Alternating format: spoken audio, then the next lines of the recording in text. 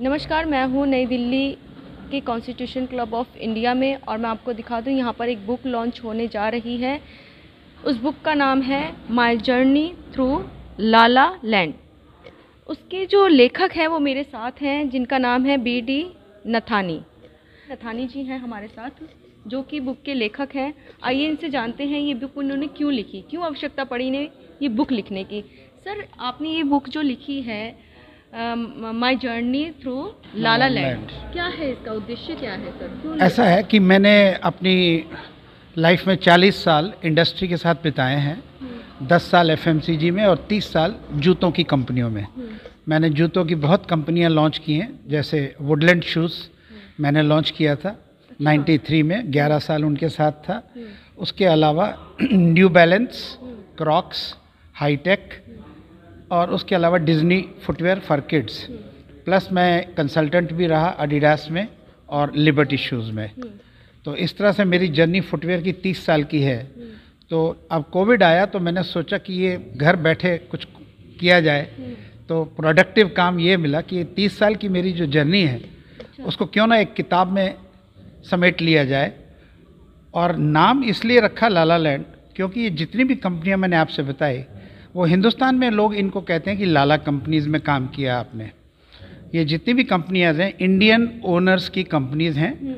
और सबसे बड़ी ये है कि कई लोगों को धारणा है कि लालाज जो है वो ठीक से काम नहीं करते हैं, और एक धारणा गलत थी। तो मैं ये धारणा को ठीक करना चाहता था कि ऐसा नहीं है। अगर इंसान में काबिलियत है और सामने वाले भी इंटरेस्टेड है तो एक बहुत बड़ी ब्रांड्स बन सकती हैं। और मेरा एक्सपीरियंस जो लालोस के साथ है वो बहुत ही अच्छा रहा। तो मैंने इस किताब में वही समेटने की कोशिश की है कि मेरा एक्सपीरियंस वुडलैंड में कैसा रहा, लोटो में कैसा रहा और क्रॉक्स में कैसा रहा। तो ओवरऑल जर्नी बहुत अच्छी रही है। तो इस किताब में बेसिकली मैंने अपनी ब्रांड्स की लॉन्चेस, उसमें क्या क्या सफल हुआ, क्या क्या असफल हुआ, ये मैनेजमेंट के स्टूडेंट्स जहाँ मैं आजकल पढ़ाता हूँ उनके लिए एक बहुत बड़ा लेसन है कि ऐसी कौन सी गलतियाँ as a vice president, as a director हम करते हैं जो हमें नहीं करनी चाहिए, जिससे ब्रांड नहीं चलती, और ऐसी कौन सी चीज़ें जो करनी चाहिए ताकि ब्रांड सक्सेसफुल हो। यानी कि जो भी स्टूडेंट्स होंगे जो आपकी कंपनीज में हैं उनको कहीं ना कहीं इस बुक से फ़ायदा होगा। बहुत फ़ायदा। ये एक्चुअली किताब लिखने का पर्पज़ ही ये था क्योंकि ये एक लाइव जर्नी है और लोग हमेशा ये कहते हैं कि एग्जाम्पल्स के साथ केसेस होने चाहिए। तो ये एक केस स्टडी है। अगर मैंने 7 ब्रांडें लॉन्च की हैं तो ये सातों एक केस स्टडीज़ हैं। सारे सक्सेसफुल नहीं हुए, कुछ बहुत सक्सेसफुल हुई जैसे वुडलैंड, कुछ मॉडरेटली सक्सेसफुल हुई जैसे क्रॉक्स, कुछ बिल्कुल नहीं चली।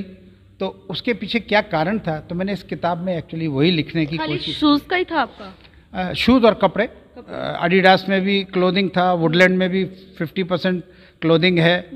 तो normally footwear, apparel, accessories, bags वगैरह। तो ये जर्नी बड़ी इंटरेस्टिंग थी। तो इस जर्नी को मैंने सोचा कि क्यों ना अपने जितने भी मेरे स्टूडेंट्स हैं, जितने भी मेरे कलीग्स हैं और या जितने भी फुटवेयर इंडस्ट्री के लोग हैं वो इस जर्नी को पढ़ें और देखें कि कितनी सक्सेसफुल है और कैसे सक्सेसफुल हुई, कितनी मेहनत करनी पड़ी। और क्योंकि बिना मेहनत के कुछ भी सक्सेस मिलती नहीं है। तो इस 2 चीज़ें हैं इस किताब लिखने के पीछे। एक तो ये है कि आदमी को कभी बूढ़ा नहीं होना चाहिए, टाइम के हिसाब से आदमी को चेंज होना चाहिए। अब मैं उम्र बढ़ती गई, ब्रांड्स भी बदलती गई। एक स्टेज आया जब ऐसा लगा कि अब मेन स्ट्रीम मार्केटिंग में काम करना मुश्किल है, तो मैं एजुकेशन में हो गया। पिछले 5 साल से मैं एजुकेशन में हूँ। जयपुरिया इंस्टीट्यूट ऑफ मैनेजमेंट में प्रोफेसर हूँ, मार्केटिंग पढ़ाता हूँ और स्टूडेंट्स का फेवरेट प्रोफेसर हूँ क्योंकि मैं नॉर्मल किताबों से नहीं पढ़ाता। मैं अपने प्रैक्टिकल एक्सपीरियंसेस उन्हें सुनाता हूँ कि ये ब्रांड कैसे बनी, ये कैसी प्रॉब्लम में अगर फंस जाए कोई आदमी डिस्ट्रीब्यूटर के साथ तो उस प्रॉब्लम को कैसे हल किया जाए। तो मैं प्रैक्टिकल प्रॉब्लम बताता हूँ, उनका सल्यूशन देता हूँ। तो बच्चे बहुत पसंद करते हैं। आज भी बहुत बच्चों ने फेसबुक पे मुझे इस बारे में लिखा है कि सर आपकी क्लासेस में बहुत ही मज़ा आया। अच्छा सर, आपने जिस तरीके से बताया कि स्टूडेंट्स जो हैं आपकी बुक्स पढ़ेंगे और उससे कहीं ना कहीं कुछ सीखेंगे, तो सर आपने जो स्टूडेंट्स हैं आपके, वो कहाँ कहाँ आप कॉलेजेस आपने, मतलब आप जो भी शिक्षा दे रहे हैं उनको कहाँ कहाँ दे रहे हैं? कोई इंस्टीट्यूट वगैरह? At present Jaipuria institute management में पढ़ा रहा हूँ, मैनेजमेंट कोर्सेज।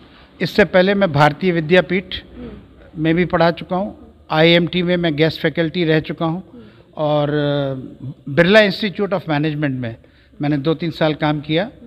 ITS गाज़ियाबाद में भी मैंने 2-3 साल काम किया। तो बेसिकली क्या है कि मैं पैशन है मेरा पढ़ाना, और पढ़ाने का मतलब ये नहीं कि मैं कोई बुक्स पढ़नी पड़ती हैं कई बार आजकल बच्चों को पढ़ाने के लिए, लेकिन मैं ज़्यादातर केस स्टडीज़ पे बिलीव करता हूँ, और मेरे पास मेरे अपने ही केसेस इतने हैं कि मैं उन्हीं को सुना के बच्चों को खुश कर देता हूँ।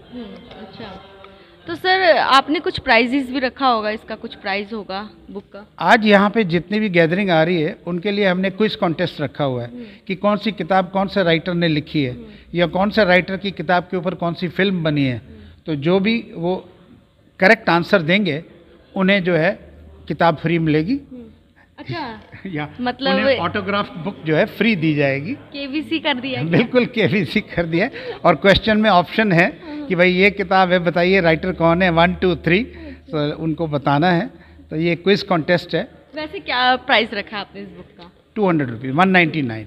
तो किसी भी मतलब बुक सेलर वाले के पास चले जाएंगे? आज से बुक स्टार्ट हो गई है सेल के लिए, अमेज़ॉन पे, फ्लिपकार्ट पे, नोशन प्रेस पे। अच्छा, और जगह कहीं कोई बुक्स अभी फिजिकल कॉपीज़ जो हैं खान मार्केट और साउथ एक्सटेंशन में, वहाँ पे भी अवेलेबल होंगी।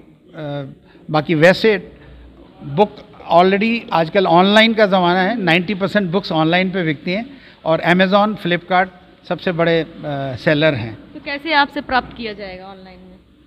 अमेज़ॉन पे जाइए, किताब खरीदिए। अच्छा। और शुरू में मैं शिपिंग फ्री दे रहा हूँ। अच्छा। तो 50 रुपीज़ जो है वो डिस्काउंट है, तो आपको 199 में मिलेगी। 199। सर और क्या संदेश देना चाहेंगे सर आप? मैं बस सबको यही संदेश देना चाहूँगा कि एक तो कभी भी अपनी एज की तरफ मत देखिए, एक्सपेरिमेंट करते रहिए लाइफ में। लाइफ हमेशा चलती रहती है। जैसे कहते हैं ना कि धड़कन है वो चलती रहे तो ज़्यादा सही है। अगर बिल्कुल और इसी तरह से बेसिकली क्या है कि आदमी उतना ही जवान रहता है जितना वो मन से जवान हो, दिल से, दिमाग से। शारीरिक तौर से तो इंसान बूढ़ा हो ही जाता है क्योंकि उसकी एक बायोलॉजिकल एज है, उसको आप चेंज नहीं कर सकते, लेकिन मेंटल एज को तो आदमी कभी भी चेंज कर सकता है। तो अपने आप को यंग रखिए, यंग स्टूडेंट्स के साथ मिलिए। मेरा जो यंग होने का जो रीज़न है कि मैं स्टूडेंट्स के साथ इन्वॉल्व हूँ। कितना एज होगा सर इस समय आपका? वो आप गेस करिए। नहीं ना, फिर भी आप बताइए। 50, 55, 60, 65। आज ही क्यों आपने दिन चुना कि इसको आज ही के दिन लॉन्च करना है? बहुत अच्छा सवाल पूछा आपने मैडम।